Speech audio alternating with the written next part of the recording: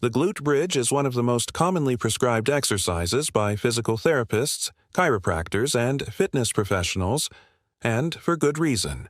It's one of the best exercises to build overall strength and flexibility, and yes, it can even shape a stronger, more toned backside. But after working with thousands of people over the years, I've noticed something surprising.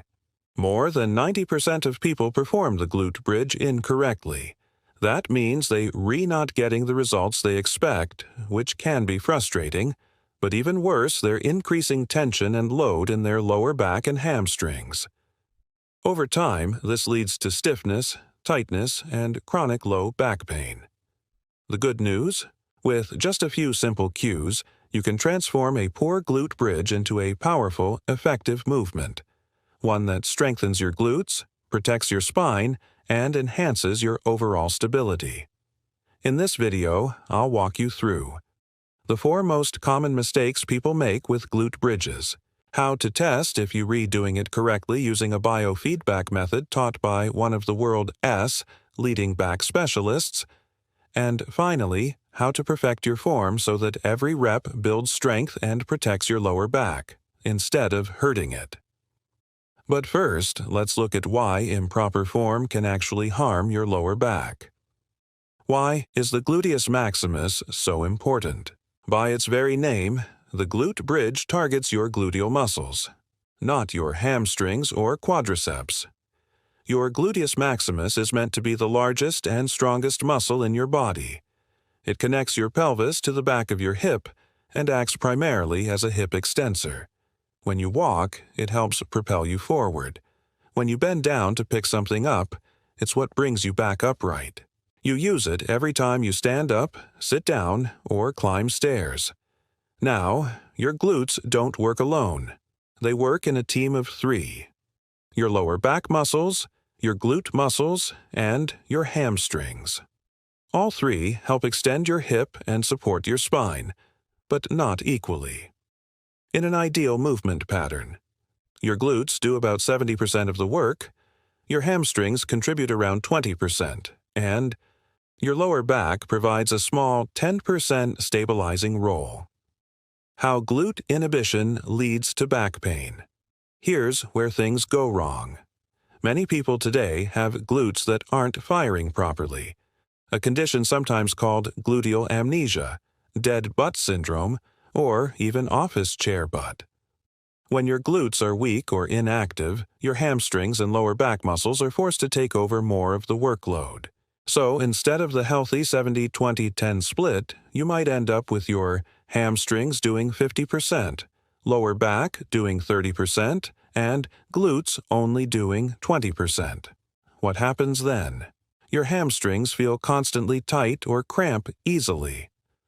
Your lower back feels stiff and achy, especially after sitting or bending. And over time, that tension causes compression in your lumbar discs and facet joints, the exact recipe for chronic low back pain. This is the same pattern I see in my Northern California clinic every single week. Thousands of patients have come in over the past 20 years with these exact complaints. Almost all of them had been told to do glute bridge exercises, either by a doctor, a physical therapist, or from a YouTube video. But when I ask them to demonstrate the movement, I see the same 4 mistakes again and again. Once I correct those errors, everything changes. Suddenly, the exercise becomes pain-free. Within days, their back pain decreases, their hamstrings loosen up, and they move with more ease and confidence. So, let's go over those 4 mistakes right now. Mistake number 1. Foot position problems. The first common mistake involves your feet. You must have good traction between your feet and the surface. Never do this exercise on a hardwood floor while wearing socks.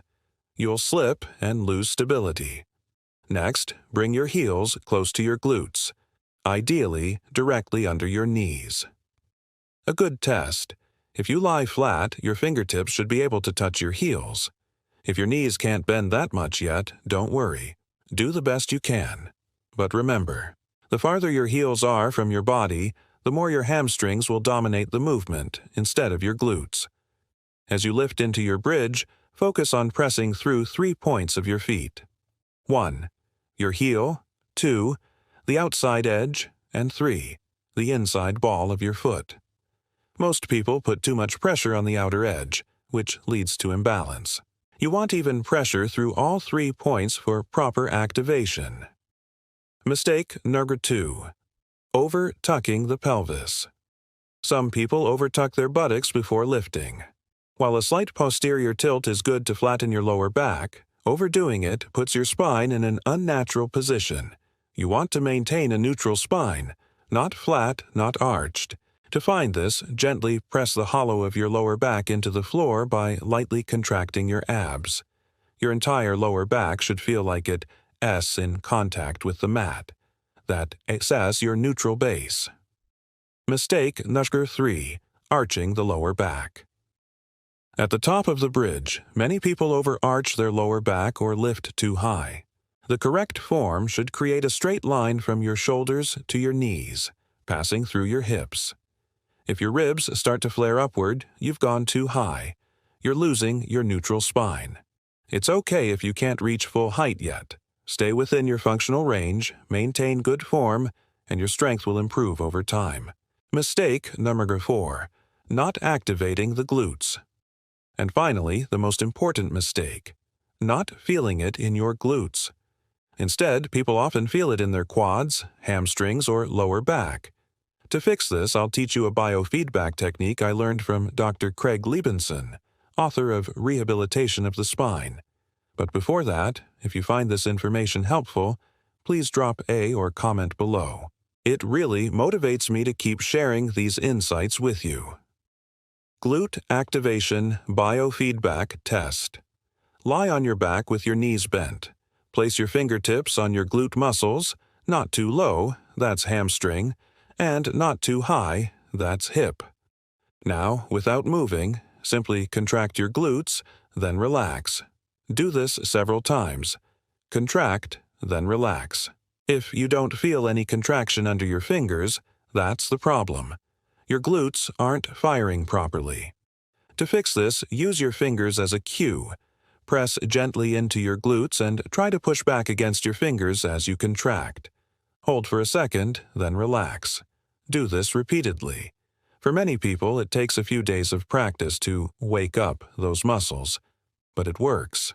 This simple awareness exercise helps reestablish neuromuscular control of your glutes, the foundation for all proper lower body movement. Step-by-step glute bridge progression. Once you can feel your glutes contract, it's time to add movement. 1. Lie in your starting position, heels close, feet grounded evenly through all 3 points. 2. Contract your glutes first. Feel your lower back gently press into the floor. 3. Maintaining that contraction, lift your hips into a bridge. 4. Keep your glutes tight at the top, then slowly lower down while maintaining tension.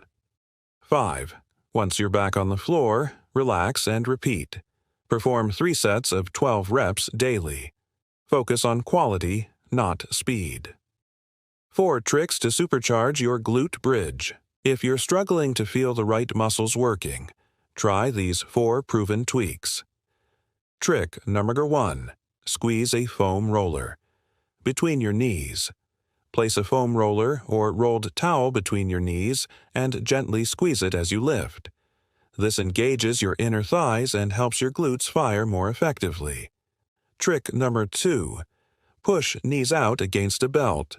Wrap a belt or resistance band around your knees and push outward slightly. This activates your glute medius and can make the contraction feel stronger. Trick number 3. Keep thighs parallel. Avoid placing your feet too wide apart. Keep your thighs parallel throughout the movement for better glute activation. Trick number 4. Drive through your heels.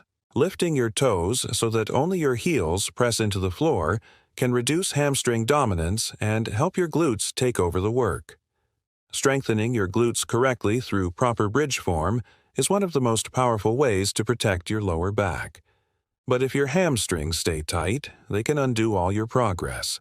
Most people stretch endlessly without results, because flexibility comes from balance and activation, not just stretching.